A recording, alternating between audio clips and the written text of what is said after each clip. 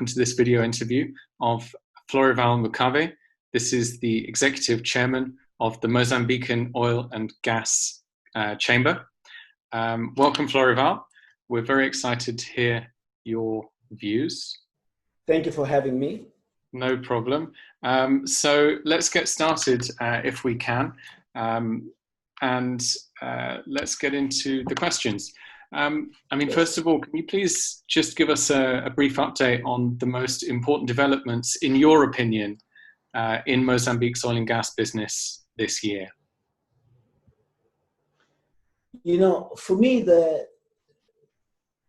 given the circumstances, and I'm talking about the global circumstances, the most important event in the Mozambican oil and gas industry really was the completion of nearly 16 billion financing by Total for Area 1, which happened despite the slowdown in energy investment due to COVID-19. So when we look at where we come from in the last 3 years, and of course the excitement that we had around the projects, when we look back now where we are, we really think that was a milestone, which was the nearly 16 billion investment by Total for Area 1. Great, okay. And, this year's obviously been incredibly challenging. How has COVID impacted the progress of Mozambique's gas and LNG projects in general?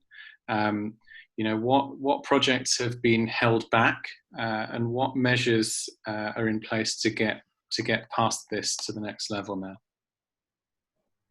The projects were impacted massively. Just for starters, we were absolutely certain before this year that Exxon Mobil would be announcing the FID for Area 4. And it didn't happen. It didn't happen, of course, because of the challenges that all the majors went through with regards to COVID and the oil prices. So that was a really a very serious knockdown of the Mozambican oil and gas industry. The non-announcement of the Exxon Mobil FID. And when we look at what happened with regards to the existing projects, other existing projects, we can say that the Area 1 project, which is the Total project, was definitely delayed. And it was delayed because there was a time when most of the expatriates, what I would call the qualified labor force, had to leave the country. And of course, without the qualified labor force, the projects couldn't continue at the same rhythm as they were coming before, or as they were going before COVID. So COVID had a major impact. And of course, it's important to say that, that specific area where the projects are taking place, which is Palma, there was a time when we had a considerable number of people that were affected by COVID. And of course, measures were taken quite swiftly and decisively, I have to say, by the oil and gas companies and by all the contractors, to the point that things got controlled pretty quickly.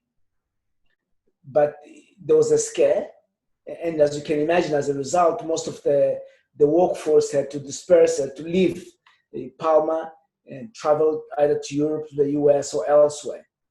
So there's no doubt that COVID-19 definitely contributed to a serious setback of the projects in Mozambique. And when would you now expect the Exxon Mobil FID to come through?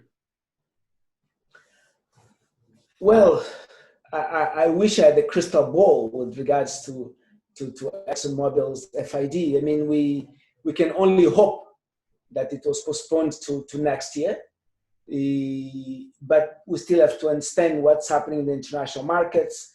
We have to understand how will Exxon get out of the global crisis global energy crisis, and if Exxon will come out of it with the appetite and of course the capacity to enter into a new project like Mozambique and do the FID. But of course we hope that will happen. So we hope that it will be next year.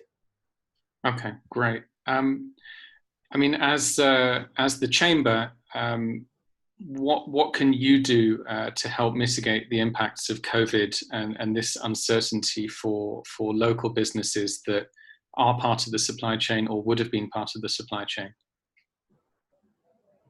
You know, one of the main objectives of the chamber is to ensure the inclusive participation of Mozambicans and Mozambican companies, and of course foreign companies in the oil and gas industry in Mozambique. So we work closely with Mozambican companies and work closely with foreign companies to ensure that the business environment in Mozambique is conducive to investment and to foreign investors. In terms of COVID, it's important for us rather to sensitize the people in Mozambique on what needs to be done to prevent the expansion of COVID in Mozambique. So that is also one of the tasks that we're involved in. Make sure that we preach the word, if I can say it that way, with regards to really reducing the numbers of people infected by COVID.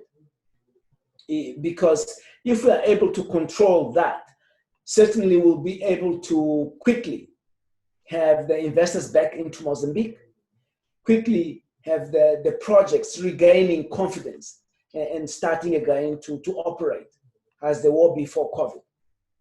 So the sharing of information in Mozambique with other Mozambican institutions, the sensitizing of the population, particularly in the areas where these projects are situated, it's very important to the chamber.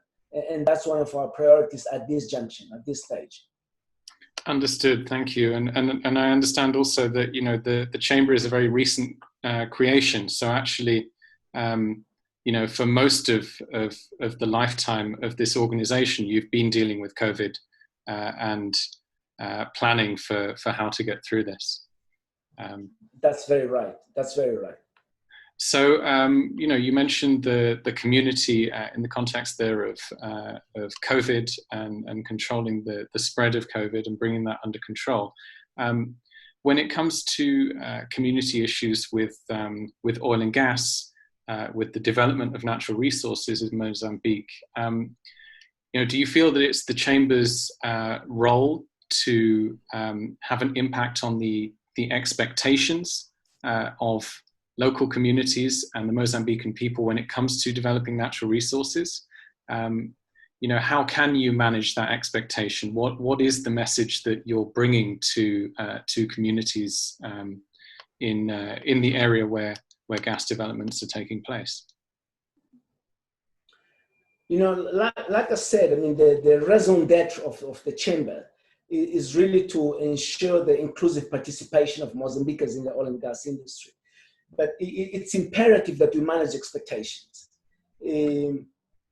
One of the major challenges of I would say, developing countries, discovering those resources, is that sometimes we want to think that we will just become rich overnight.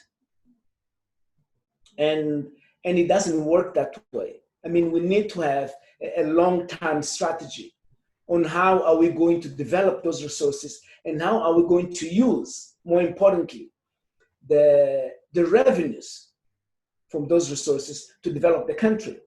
So one of the main objectives of the chamber actually is to work closely with the business community, but also with the government to put together this roadmap, this strategy, this long-term strategy that will look at developing the Mozambican private sector far beyond the existing resources, so the natural gas, oil and gas resources.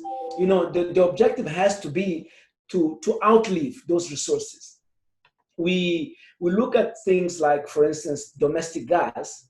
And fortunately, the Mozambican petroleum legislation indicates that a certain percentage of the gas produced in Mozambique has to be used domestically. And that's very positive, that's very good, in a sense that we want to use this gas domestically to develop secondary industries, the LNG industry.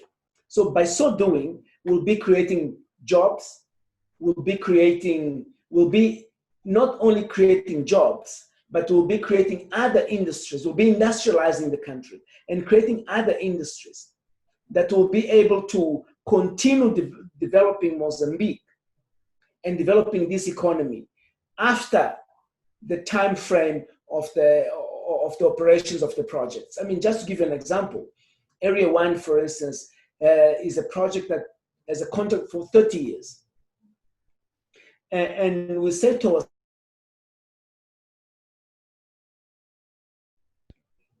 regressing simply because we're not producing LNG anymore.